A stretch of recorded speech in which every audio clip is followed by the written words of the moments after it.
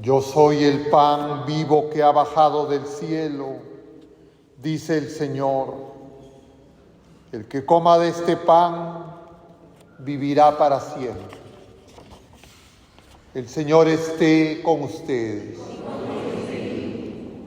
Lectura del Santo Evangelio según San Juan. En aquel tiempo dijo Jesús a los judíos: yo soy el pan vivo que ha bajado del cielo. El que coma de este pan vivirá para siempre, y el pan que yo daré es mi carne para la vida del mundo. Los judíos se pusieron a discutir entre sí: ¿cómo puede éste darnos a comer su carne? Entonces Jesús les dijo: les aseguro que si no comen la carne del Hijo del Hombre y no beben su sangre, no tendrán vida en ustedes.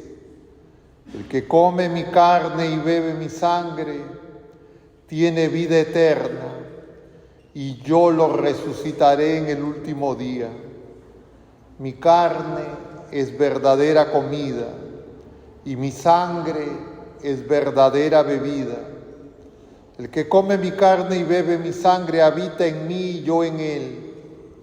El Padre que vive me ha enviado, y yo vivo por el Padre, del mismo modo que el que me come vivirá por mí. Este es el pan que ha bajado del cielo, no como el maná que comieron sus padres y murieron. El que coma de este pan vivirá para siempre. Palabra del Señor. Tomen asiento un momento, queridos hermanos. Estamos celebrando la solemnidad del Santísimo Cuerpo y Sangre de Cristo. Es decir, estamos celebrando lo que ocurre en la naturaleza humana cuando Dios, la naturaleza divina, la persona de Dios, se une a la naturaleza humana. Eso es lo que aconteció en Jesucristo, en la encarnación, cuando el Verbo eterno de Dios, la segunda persona de la Santísima Trinidad, se unió a la naturaleza humana que tomó de nuestra Madre Santísima, la Virgen María.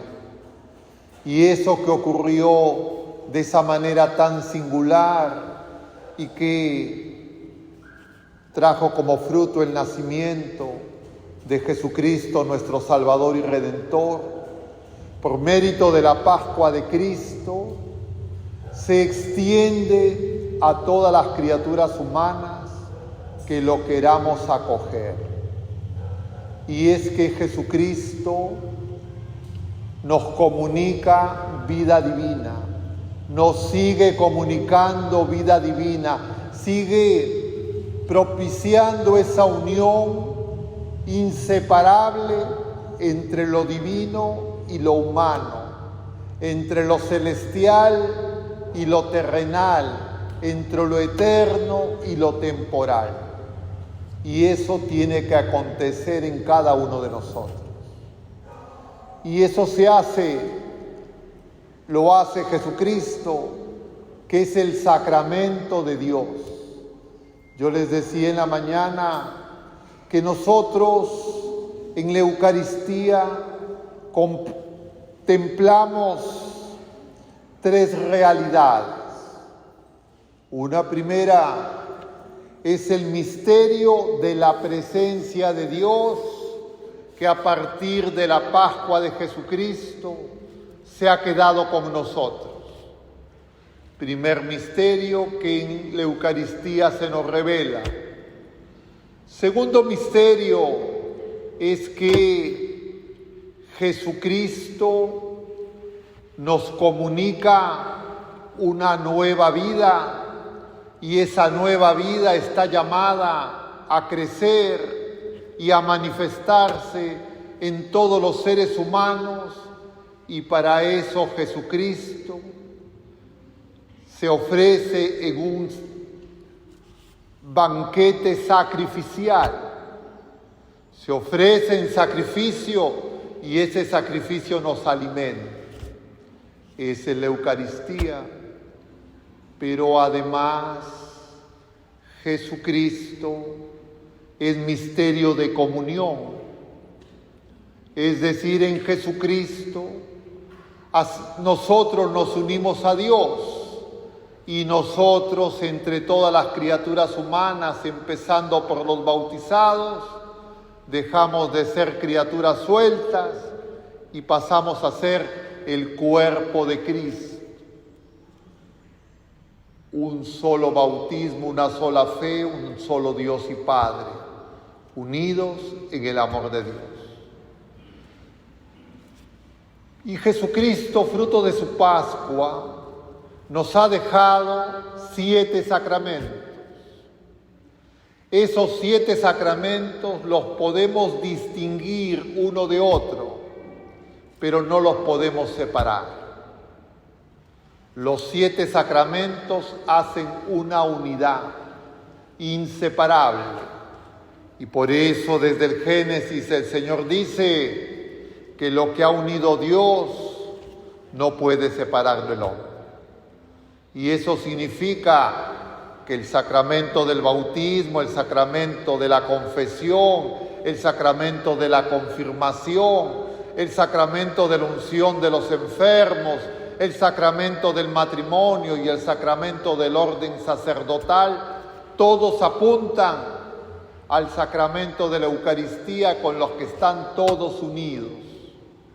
Porque los sacramentos no son algo, es la presencia del Señor resucitado que ha querido quedarse de esa manera entre nosotros.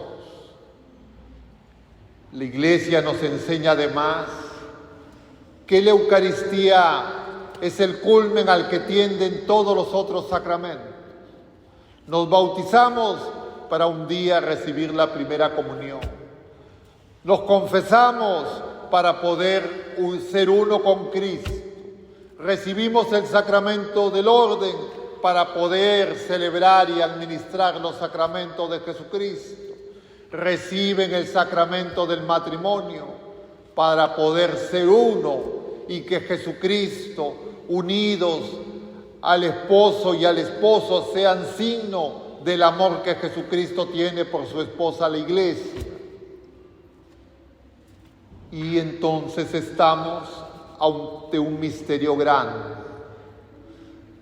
Y por eso hay que tener cuidado con separar los sacramentos. No los podemos separar. Pero además, el sacramento de la Eucaristía nos revela lo que estamos llamados a ser, es decir, cuerpo de Cristo. Lo que estamos celebrando es la humanidad, el cuerpo y la sangre de Jesucristo, que es el hombre nuevo. Nosotros, criaturas humanas heridos por el pecado, por los sacramentos de Jesucristo, tenemos que llegar a ser otros Cristos, cuerpos de Cristo glorificados en la patria celestial. Y eso es obra de Dios. Por esa razón, nosotros podemos recibir la Eucaristía muchas veces, pero para disponernos de recibir y de estar en comunión con Jesucristo, podemos recibir la confesión sacramental también muchas veces. Porque hay una realidad misteriosa que se nos revela en este sacramento admirable. Y es que el poder de Dios puede hacer que la presencia de Jesucristo en el sacramento de la Eucaristía sea distinta a la presencia de Jesucristo en todos los otros sacramentos.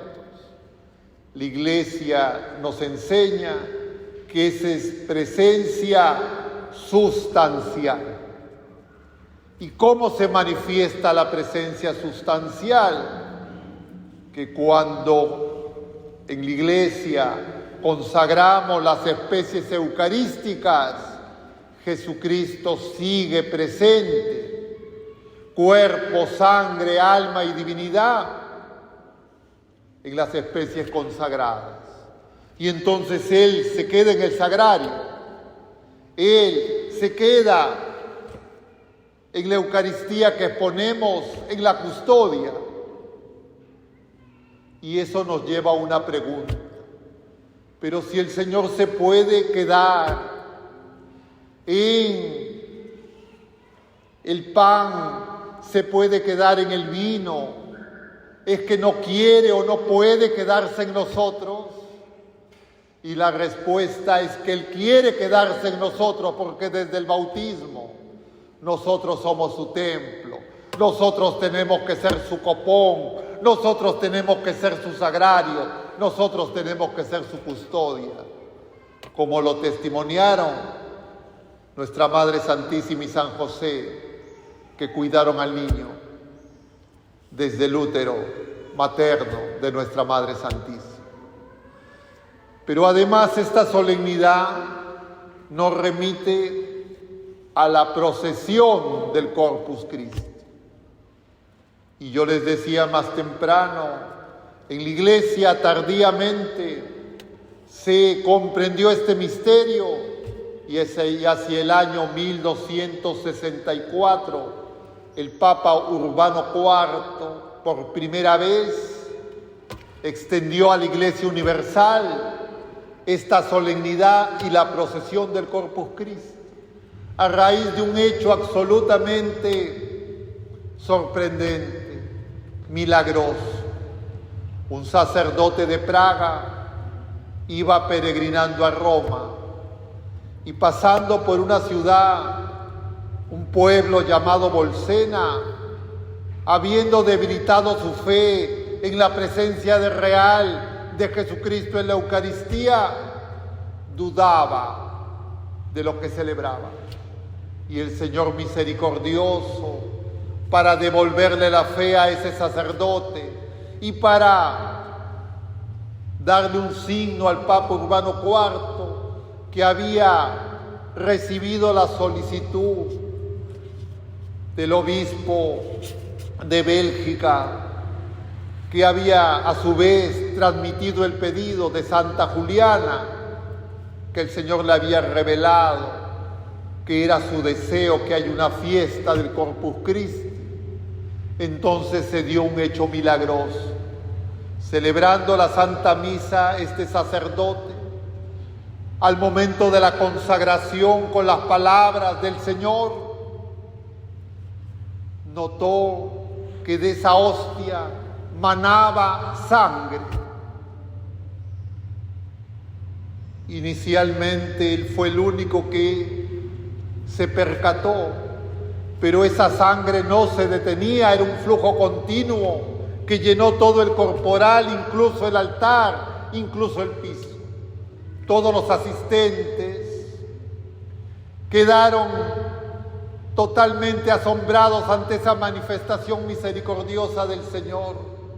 El sacerdote no pudo seguir realizando la misa.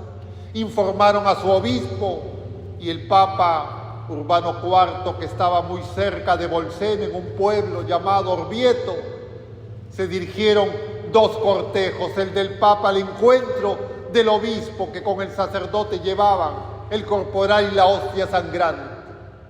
Y ante esa manifestación absolutamente innegable, ante cientos de personas, el Papa comprendió que era deseo del Señor que se celebrara esta fiesta. Pero es necesario que comprendamos los designios de Dios. Y yo les decía también más temprano a la gente, tal vez muchos de ustedes, por supuesto, no es la primera vez que vienen a misa. Y muchas veces cuando vienen a misa comulgan. Y muchas veces termina la misa y salen a sus casas, sin comprender que cada vez que eso ocurre, cada uno de los que recibimos la comunión, en ese momento somos custodia viva, somos sagrario vivo, somos templo, somos procesión del Corpus Christi.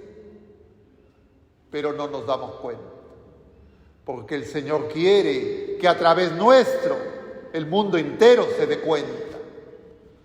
Yo el día de ayer también lo comentaba. Estaba conversando, dando un tema ante unos hermanos en una parroquia aquí muy cerca, en Magdalena, que se llama San Juan María Vianney, el santo cura de Ars, patrono de los párrocos, de los sacerdotes. Y recordaba mientras hablaba que el santo cura de Ars, cuando celebraba la misa, había algunos feligreses que inmediatamente comulgaban y salían rápidamente. Y claro, yo también en la mañana que celebraba les decía eso, porque también veo personas acá así. Y entonces, este santo sacerdote, ¿qué hizo? Le decía a los acólitos, cada vez que esa persona salga, agarran una vela, otro va con la campana y acompáñenlo hasta su casa, porque ese hombre no sabe que está llevando a Jesucristo en la procesión del Corpus Christi. Pero eso no es algo que se le ocurrió al santo cura de Ars, porque en realidad la primera procesión del Corpus Christi se realizó del mismo instante en que nuestra Madre Santísima, cuando recibe el anuncio del arcángel, le dice: hágase tu voluntad. Y el Verbo eterno se empezó a manifestar en la naturaleza humana, en el seno de nuestra Madre Santísima, el primer sagrario, el primer templo, no construido por manos humanas. Y entonces cuando ella va corriendo a visitar a su prima Santa Isabel, quien primero detecta esa procesión y se llena de alegría, es el hijo de Isabel, Juan Bautista, que tiene 6 meses de gestación. Isabel se llena de alegría del Espíritu Santo y le dice: ¿quién soy yo para que me visite la madre de mi Señor? Nuestra madre es madre de la Iglesia. En la Iglesia nosotros celebramos todos los días en el mundo entero la Eucaristía. Y también les decía a las otras personas, cosas que seguro nosotros también hemos escuchado, porque por ejemplo, cuando se celebra el Día de la Madre, ¿cuántas veces les dicen, pero acaso es un solo día en el año? Este domingo que viene vamos a celebrar el Día del Padre, y también se le dirá, ¿acaso solo te acuerdas de tu padre? El Día del Padre. Y en realidad cada vez que celebramos la Santa Misa y cada vez que se acerca alguna persona a recibir la Eucaristía, se realiza una procesión de Corpus Christi, pero muchas veces sin que nadie se dé cuenta. Y entonces esta procesión que hoy día se ha realizado en la Plaza Mayor de Lima y que en nuestra parroquia se celebrará el próximo sábado, es una procesión que se realiza todos los días. Y entonces tal vez muchos de ustedes o algunos de ustedes se van a acercar a comulgar y no pueden venir y acercarse pensando que el Dios eterno, infinito, misericordioso, que se ha entregado por nosotros, entra a su casa y no pasa nada. Y entonces los tenemos que custodiar, lo tenemos que contemplar, porque Jesucristo se queda en la Eucaristía para ser adorado. Jesucristo se ha encarnado, se ha hecho sacramento, se ha hecho visible, Dios invisible, para que lo podamos contemplar, para que lo podamos ver, para que lo podamos escuchar. Y entonces, celebrar esta solemnidad es examinarnos acerca de nuestra fe. Yo les preguntaba también en la mañana, ¿y dónde está el Señor? Y entonces algunos me decían, está en el sagrario, está en el copón, y es cierto, pero también está en nosotros. Pero cuando pecamos, Cuando no nos damos cuenta, es como que si viniéramos y profanáramos el templo, pisoteáramos las formas consagradas.